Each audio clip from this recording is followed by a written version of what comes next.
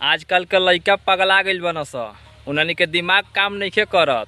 जाना तरह जा काहे ये लिए कि कब का करियन स कौनो भरोसा नइखे। देखो त केतना लइका लइकी के चक्कर में रहतन स आ एगो पागल बन स कि किन्नरे के चक्कर में रहतन स। अरे बुर्बक सुधर जस तनी, समाज में इज्जत के लाजे नइखे कौनो उन्हनी के। जब मर्जी तब कुछ कह देतन स आ वायरल होखे खातिर भाई मीडियो वाला पहुंचत न जा कि इहो वायरल होखन सा कोनो लोग चैनलो चले।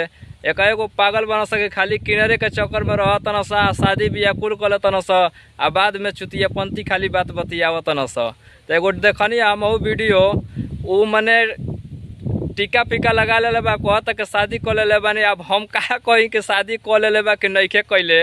अब तो लोग पहले वीडियो देखा जा भैया, तो लोग खुद बतावा जा कि मैंने शादी बियाह कैले बा तो ओकर चल ही जिंदगी। लड़की से जिंदगी चलेला कि किन्नर से चलेला, साला पैदा के तरह करी, हमारा ये नहीं के समझ में आवत। तो भाई लोग पहले वीडियो देखा जाए एकर।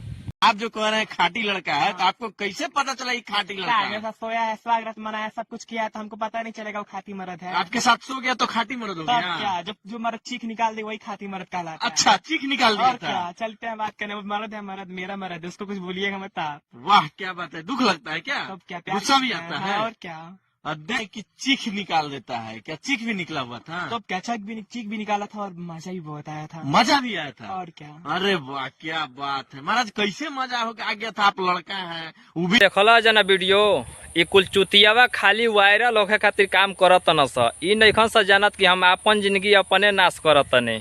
अरे बुर्बक, तहनी के ही कुल कामवा कइला से केतना वायरल हो जीव स, केतना मने बढ़िया कहा जीव स, केतना तहनी के लोग पसंद करी, केहू ना पसंद करी, खाली मने मने गरियाई।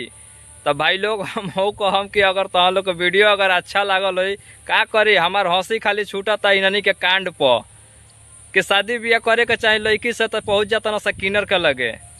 तो भाई लोग अगर वीडियो अच्छा लागल हो न तो लाइक करा जा, कमेंट करा जा और शेयर करा जा, ताकि ऐसा घोड़न के फिर वीडियो हम डालल करी। अब हम का कहें, हंसी के अलावा एक बार हमारा कुछ आवत नहीं के भाई।